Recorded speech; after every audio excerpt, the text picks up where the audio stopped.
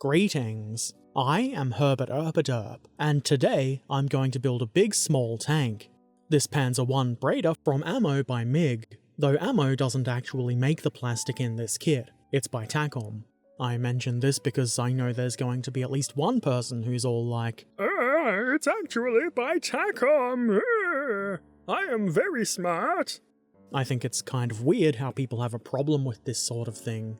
Anyway, this is a 1/16th scale plastic kit, which is a little bit larger than I usually work with. Fortunately, Panzer Is are quite small, so even in this large scale, the model is going to fit in my workspace, which is relatively small. I've already had a look at what's inside the box, though it was about 1 billion years ago, but if you're interested in checking out the sprues and other box contents, there's a link to that video in the description below. Feel free to pause this and go check it out. Okay, now that you've gone and done that, let's start gluing bits of plastic together. We start with this rather large hull tub, which I have to say looks pretty good. Those bolt details are rather nice. I glue this thing into place here, and I obviously have no idea what it is, though it has something to do with the suspension. Then, this large spring goes into place here, just in front of the forward return roller mount. The keying makes positioning this very easy, as you might imagine.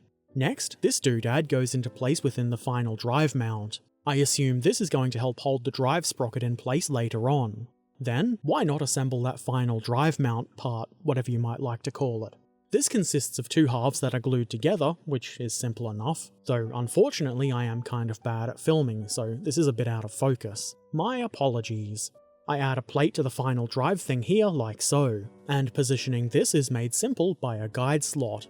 That assembly can then be glued into place here on the side of the hull, right where you might expect to see the final drive parts. There is obviously one of these for either side, but I'm sure you don't need me to show you how it goes together again. Now seems like a really good time to put together some return rollers. This is a simple matter of gluing the two halves of each wheel together. They look good, and I like that they've got text embossed on them. Embossed is not really the right word, it's raised, but you know what I mean. We might as well glue those onto the hull now, and they mount very easily into the little cone-shaped protrusions. There are 3 of these per side, so if you have more or less than that, something is wrong. Why not follow this with more wheels? I start by gluing these two, I guess you might call them hubs or something. These go into the center of the wheels, and there's one for each side. They're both the same part, so there's no need to worry about mixing them up or anything like that. Then, these flat rings go into place here to form a sort of rim. These fit nicely in place, and the only real problem I had with them was a little bit of damage to 1 or 2 of them when removing them from the sprue, so do be careful with that. There's one of these for either side of each wheel, and we end up with a nice collection of 6 wheels. You might notice some sink marks on one side of each wheel, and you could fill that with putty if you wanted, but you could also hide them by having the good side, without the sink marks, facing outwards. That works too. Next, it's time to make some bogie parts. First, I glue together the 2 halves of the main bit of the bogie frame, which is simple enough. I use glue and pressure to minimize gaps, and then we add the part with the leaf springs. This sits in the round hole on top of the main framey bit, and beyond that there's no keying here, so you've got to line this up as straight as you can by eye. It's not too difficult. There are 2 of these for each bogie, and as you can see, there is one for either side, so the axle-y bits on them should be on the opposite sides of each part. To join them, we attach this little thing to one frame first. There's a D-shaped keying here to make sure that you've got it the right way around. Then we sandwich the wheels and a thicker axle-y part, which is what we'll attach to the hull, between the 2 frame parts. The wheels should really be free rolling, but if you want to add a bit of extra strength, and aren't too interested in moving wheels, you could glue them in place. If you do that though, be careful. There is a bit of play in the wheels, and you don't want to glue them solidly in place at a weird angle or anything like that. People would call you weird angle wheel tank person, and that would be weird. We make 2 of these bogies, and as you can see, the mounting axle bit is on the opposite side on each bogie. Instead of mounting those to the hull, it's time to make some more wheels. Instead of something exciting and new, this is pretty much the same simple process as the wheels I just put together moments ago. Though there is a difference. These wheels are a bit bigger, and there's only 2 of them. It would make sense to imagine that there's a bogie for those wheels as well, and there is. Unsurprisingly, the assembly here is very similar to the previous bogie, again, just different parts. There's also a little thing that looks like a cover for something, and that goes on top of the bogie. Then, the leaf spring part. Just like before, you need to make sure that this is lined up nice and straight relative to the rest of the bogie to avoid having a wonky fit. Nobody wants a wonky fit. Would you be surprised to learn that putting that bogie together is pretty much the same as the other bogie? No. Didn't think so. So it is pretty much the same. It just looks a bit weird because the wheels are different sizes. I put those aside and put together some suspension gear. The swing arm thing goes into this little holder part, and then I press this linkage into place. This did take a bit of force, but the part does seem fairly strong. I clearly didn't break it, but I was worried that I might. This would take a fair bit of effort to take off again, so there's no need for glue. At the other end I attached this doodad, which also needed a fair bit of force, and also doesn't need to be glued. That assembly can then go on the whole sides, because there is one of these for each side, obviously. There's guide pins on the little holder bit, and it goes into place pretty easy. Then we can kajigger the moving parts into place, and this is where I add glue. You could leave this all movable if you wanted, but that big solid spring part there means this isn't going to be workable suspension anyway, so I chose to have more solidly attached parts, thanks to glue. Praise the glue god! Next, I put the bogies on. They go on like this. The way these are held onto the model is a little bit less than ideal in my opinion. You get these little flat C-shaped things, and you can see there's a groove in the ends of the bogie mounts for this. These were a bit annoying to get into place, but into place they did go. Mostly. Well, one of them did. Unfortunately, the rest of them broke when I was trying to get them on, and I did try to come up with a replacement part, but in the end, I decided that just gluing the bogies into place would work just as well, and be a lot easier. I didn't show this here because I did it later, but if you do this, just make sure that you've got the tank sitting nice and level, so when the glue sets and the wheels are stuck in place forever and ever, the tank will sit nice and level. Next, the lower front plate is glued into place. You can see while I'm doing this that only one bogie is in place, but that's okay, we don't need it to be there for now. The plate is easy to install and it fits well, though a bit of pressure was needed to minimise those perilous gaps. That was fun and all, but let's get back to the running gear. The forwardmost road wheel isn't mounted in a bogie, so we attached that to the swing arm we attached earlier that had moving bits. Not anymore, but it did have moving bits. To make this free rolling, if that's what you want, you should glue this ring onto the axle, and then glue this hub part onto the wheel itself, and that should hold it in place. Obviously, if you do want this to be free rolling, you should glue this carefully. Now we've got all of our wheelie bits in place, and they look really good. It was around this point that I glued those loose bogies into place. I wanted them to be in their correct positions because now it's time for this bar, whatever you might call it. Before putting it onto the tank, we need to add some bolt heads that were sliced off the sprue. This was a bit fiddly, but at this scale it's not too bad. This sort of thing is a lot less fun in smaller scales. I nudge it around until it looks like it's in about the right spot, and then I add glue. Then it can be placed here. There are holes that mount it to the bogie axle things. The little bracket on this bar should be at the top, and this acts as a sort of bump stop for the rear bogie. And as easy as that, we've got this weird bar thing on the side of our running gear. I've always thought that looked kind of weird, and I don't really know what it does, but it is interesting. Next, it's time to add another plate. This time, the upper front plate. This fits great, and you can see the parts are shaped such that there should be very little play in the fit. Still, I apply some pressure to minimise what little gappage might appear. Looks pretty good if you ask me. What do you think, Herbert? Looks good. See? That little mount there in the centre is for a headlamp. So, why not put that together now? This comprises of two parts, which are keyed and, unsurprisingly, go together nice and easily. I think you'll agree that the results here are very, very headlamp. Why not celebrate by installing that right here in the mounting hole we just mentioned? Nice. This obviously goes into place easy. Let's add some more detail to the front plate. I add this pair of hook things, and these go into place just as easily as they seem to, which is very. These are intended to hold a towing cable which wraps up and around the headlamp, and parts for that are obviously included with the kit, but I've chosen to leave it off. It seems like an odd time to do this, but now is the time for putting tracks together, apparently, so that's what I did. These are individual links, and being that this is a large-scale kit, they're not especially fiddly to put together, though they're not really that much bigger than what you might find in some 35th scale kits. You simply slide the links together, and then put a pin in through the hole. It's a very simple concept, though do be careful with the pin. They're not very strong, and if you apply too much pressure trying to get them into place, they will break. Ask me how I know. It's not too tricky to do really, but it is a bit time consuming, as you might imagine. I would say it's worth it though, the result is good. Here's a picture of how the tracks will look, more or less.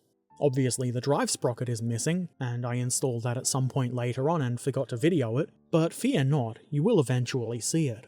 I've chosen to leave the tracks off for now, because I want to paint them separately, but it is cool to see what they'll look like.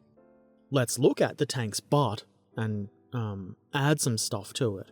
First, I add the upper half of the towing hitch. This is a good fit, and it might almost stay there with friction alone, but of course, the glue god would frown upon that.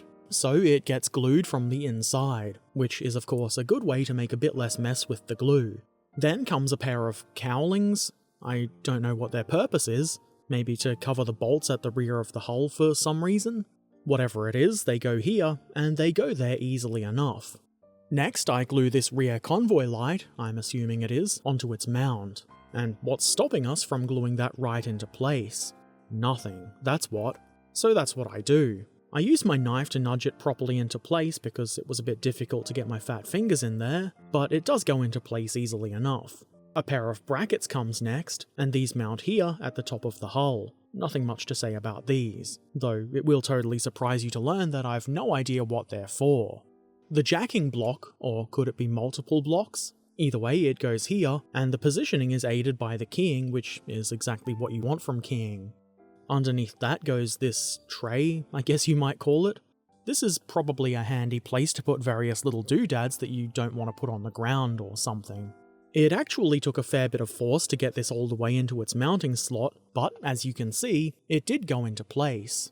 The towing pin thing comes next, and this more or less just slots into the towing hitch. Next comes a pair of tiny details that I rather like, butterfly nuts. These are really tiny, fine details.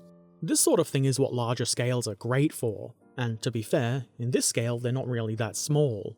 Now it's time to start working on the upper sections of the hull, starting with this piece onto which the horn will mount. We get two choices of horn, and you need to modify this plate depending on which horn you want.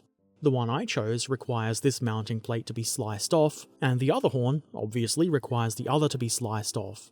It's not too difficult, though obviously do be careful while doing this.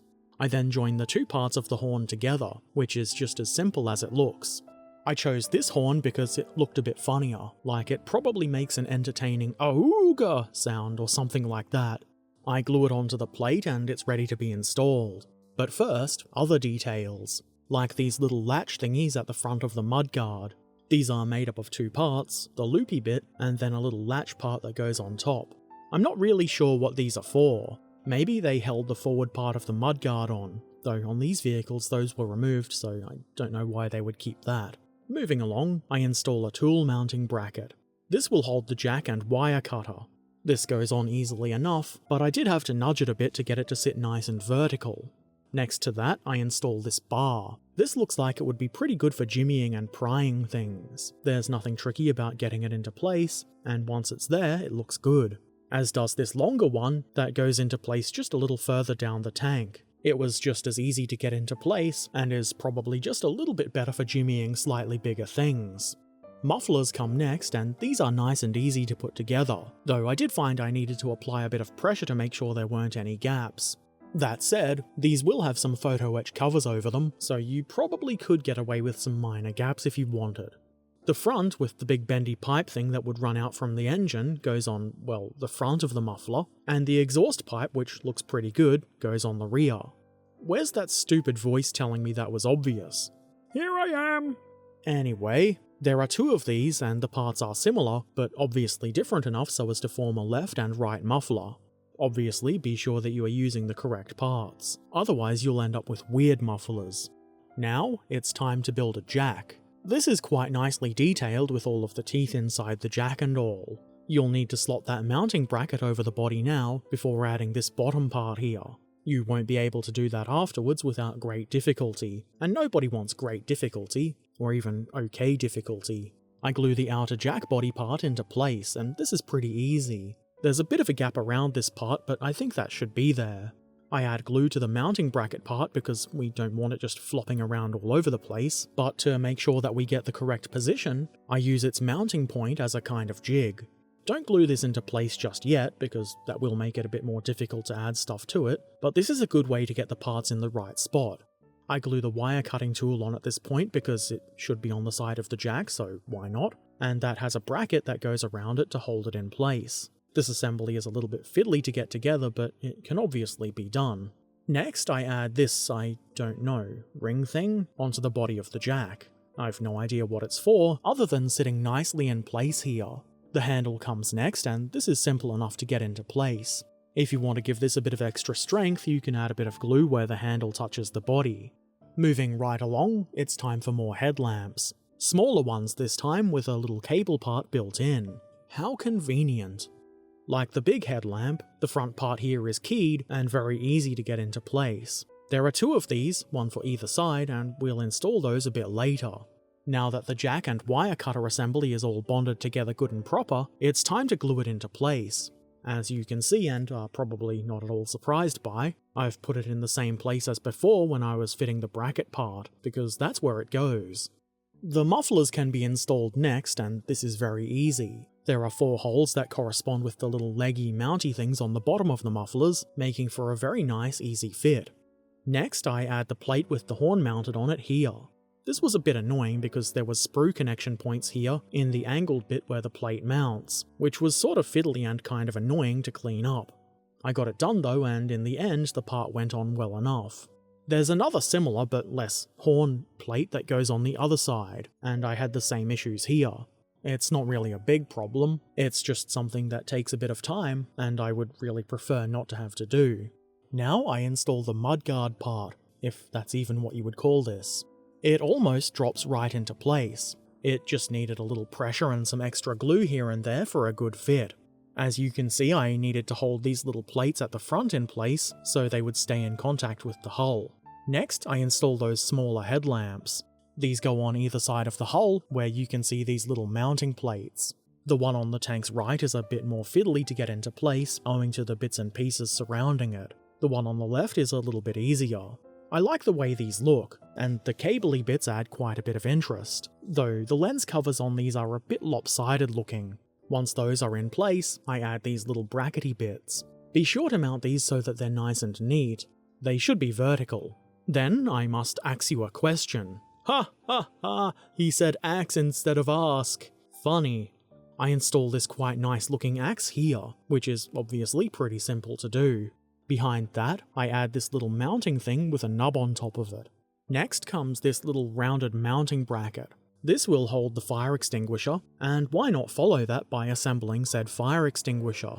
The main extinguisher body is made up of 2 parts, which go together nice and easy thanks to the guide pins. There is a bit of a seam here, but the way this mounts, I'm hoping that it won't be too visible, and if it is, it can be cleaned up a bit later anyway. Speaking of mounting the part, I do that next. It goes into place here, and then this thing, I don't know if it's part of the extinguisher or part of its mount, but it goes on the bottom here like so. Then, why not install a shovel? This goes into place over the top of the axe, and it does seem like a bit of a shame to hide so much of the axe, but this part looks good too. I'm pretty sure a lot of people would prefer to leave these parts off the model until it's time for painting, because it will be kind of fiddly to get in under there to paint the axe, but I'm pretty confident I can do that. Now, let's work on the upper hull section. We start by assembling some plates. This is pretty simple, we're just adding this vision port, and this does have some interior detail, being this opening mechanism. This was easy to install, and I did install it on this one part. The thing is though, this isn't going to be visible once the model is all together. Not unless there's an open hatch, but there's no other interior detail, so I don't see there being much point. For the rest of the parts, like this, the front plate, I just add the vision port. This side part, which as you might imagine, holds the side access hatch. This requires some hinge parts to be installed, which is made easy by the keying. We'll get around to installing the actual hatch part later on. Instead of assembling more plate parts, I attach the roofy part to the main superstructure frame, I guess you might call it. This part presses into place pretty easily, and with plenty of glue and pressure, you should get a good fit. In other news, I start adding plates to the superstructure frame, starting with the front one. The fit here is pretty good, though of course, applying some pressure here to ensure there are no gaps is a good idea. I then attach the plate next to that, and I apply pressure so that it has the best possible fit against the plate I just installed. Again, even without the pressure, it's a pretty good fit. The hatch holdy bit goes into place next, and you won't be surprised to learn that this goes on pretty much the same way as the previous two parts. Next, to be prepared for the coming steps, I assemble some more plates, and then I set them aside to bond. While that happens, I install the hatch. This is a two-part hatch and it's not too difficult to get into place at all, though do be sure to put the side half on first. You'll have a hard time installing this if you do the top half first, because of the way it sort of overlaps. This is an easily avoided problem. I add a little extra glue on the inside for some additional bonding power. You could model this hatch open if you wanted, but there's no interior detail, and for that reason I don't see much appeal in doing that, though obviously if that's what you want to do, feel free. I continue adding the plates around the fighting compartment, and they all pretty much go on in the same way. Glue, pressure, done. The only differences are, well, obviously the shapes of the parts, and some of them have vision ports that have been blanked over. I guess nobody wants to look out in those directions anyway. Eventually, all of the plates on the fighting compartment are installed, and it looks quite nice and neat indeed. There are one or two very minor gaps that I'll fix with putty before painting, but nothing really worth complaining about. Now it's time to add some little, I guess you would call them lifting hooks. That's what they seem to be for anyway. These are simple enough to get into place, and there is keying. You can see the two holes into which a pair of nubs on the back of the part will fit, but despite this, there is still a little bit of play in all of these hooks. It's not really a problem, you will just have to do a bit of nudging to get them to sit straight. Instead of installing that assembly onto the hull, I assemble the engine deck part. We start by adding the various hinges. There are 2 of each, and it's pretty easy to get them all into place thanks to the keying. But again, there is a little bit of play in these parts, so line them up as straight as you can. Particularly the 2 in the middle that form hinges for 2 different hatches. A little bit of precision here will save headaches later on. And surprise surprise, there are hatches that go on here too. These are easy enough to install, though a little bit of pressure was needed to properly seat some of them. There is a hatch for this big opening here, but we'll see to that in a bit. For now, some more lifting hooks need to be installed. These go on the same way as the earlier lifting hook parts did, in fact they're the same parts. Well, not the same parts, those are still glued onto the fighting compartment. You know what I mean. Let's get to building that hatch. This is made up of 3 pieces. This ring thing, whatever you might like to call it, which goes here and is held in place by these raised things. And of course, some glue. That can then be glued on top of the actual hatch part itself. I'm assuming this is intended as a deflector to stop things from getting into what appears to be a vent underneath it. I would imagine things like grenades or Molotovs getting in there would be a bit of a problem. Next, it's time to add some fin things. I don't know what these should be called, but they go here inside this little cowling. There are guides for this, but it is still a bit fiddly. Tweezers were rather helpful here. I then install a little thing, which seems to be a hook for something. There's not much to say about this. It's a small part, but not that hard to get into place. Now, why not glue that hatch with its protective plate thing into place? You can see there's a fair bit of space around this that you can see light through. Though in fairness, once the model is all together you'll only see blackness through those gaps. The time has now come to join the fighting compartment to the hull. This isn't too hard really, I just make sure to use plenty of glue in the appropriate places, and of course our good friend pressure makes a return. There were a few small gaps around this that required a bit of extra attention from the glue and pressure, but it's not too hard to put this on and get a good fit. Once that's in place, it then makes sense to follow it with the engine deck. I didn't film myself actually putting this in place, but as you can see, I did do that. It goes on about as easily as the fighting compartment, and like that part, there were a few areas that needed some extra glue and pressure, but again, it's not hard to get into place. Next, I attach those cowling things into which I added those fins a bit earlier. These are simple to get into place unless you're trying to put them on the wrong side or upside down or something, but you wouldn't do that, would you? Like with pretty much everything else, a little pressure and some additional glue sees these going into place nice and neat. A little bit more detail needs to be added to the hull before we can call that done, such as this antenna holder. Can't have our antenna being left unprotected now, can we? That would be awful. This part wasn't hard to get into place, though it wasn't quite the right shape to just sit flat on the hull by itself, so, yet again, pressure makes an appearance. I had to hold this for a short while, but eventually it does as it should. Before installing the antenna, this pipe thing, whatever it might be, needs to be installed. I have no idea what this is, maybe some sort of breathing tube or exhaust for the transmission, some sort of drainage into the front of the tank. Somebody knows, but that somebody is not me. There's a little round thing at the front where this part connects, and it was a bit fiddly to get into the exact spot the instructions seemed to want it, but I did get it on, so that's nice. I would like to install the antenna, but to do that, there needs to be a mount for it, and we need to put that together, so why not? This is simple in concept, but I can imagine it would be pretty easy to put this around the wrong way. Just don't do that. Consult the instructions if you are not sure, that's what they're for. That assembly then mounts into the fairly sizable mounting hole on the right side of the hull, which is sensibly located near the antenna holder. You can see how this lines up neatly with that part, and if yours doesn't, I would suggest that maybe something's gone wrong. And now, the antenna finally goes into place. I know you've all been pretty excited about that. This is fairly easy to put into place, and there is the choice of modelling it in the up position, or, as I've done, down. I chose the down position because if it was up it would stop the turret from rotating 360 degrees, and if you can't spin the turret around while making silly noises, what's the point? With that, the hull is pretty much completed, and as you might suspect, it's turret time.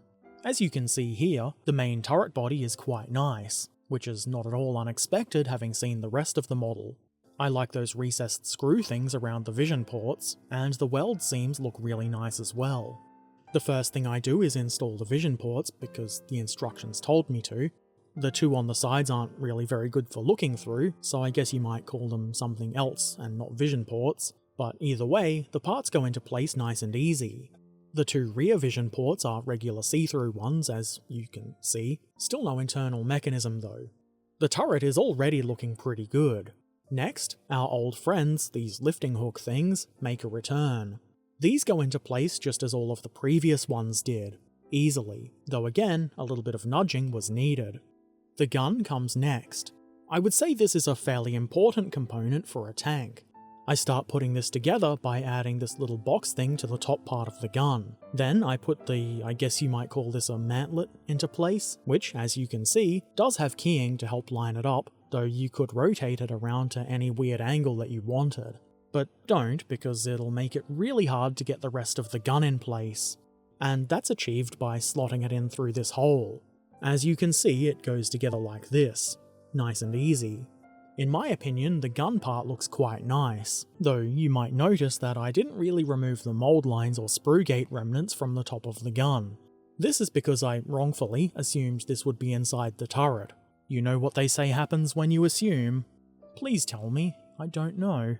I did eventually clean it up, and the gun does look rather good, so that's what matters. On the turret roof I add some hinge parts, and like all of the other hinge parts, these are keyed, but there is a tiny bit of play, so you might need to give them a bit of a nudge so they're on straight. Next, I install the bottom of the turret. This more or less drops right into place on the bottom, or I guess really the turret drops into place on top of this. Whatever. The only place we really need to worry about the gaps here is the two smaller plates at the front. There's not much to worry about though, the fit is pretty good. The hatch comes next, and as you can see, this is fairly easy to get into place, though there was a little nub on the inside, which probably has some purpose. This did cause a little bit of difficulty in getting the hatch closed, but in the end, pressure was victorious. This, I assume it's a ventilation cover, goes here. There's D-shaped keying, so you'll find it pretty hard, if not impossible, to get this on wrong. Now it's time to build the gun mantlet, the actual mantlet. I guess the bit on the gun is kind of like a shield or something. On this model, the mantlet is a nice barrel-shaped thing. It goes together nice and neatly thanks to the guide pins, and then you slot it into place in the turret front part.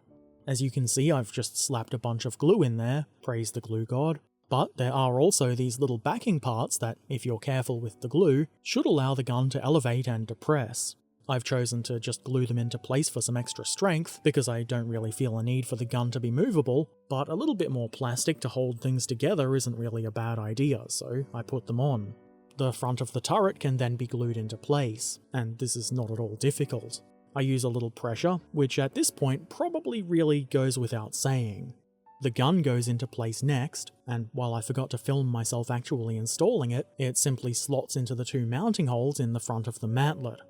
The turret is complete, though it does have a couple of little gaps that will need to be filled in before painting time. Looks pretty good anyway.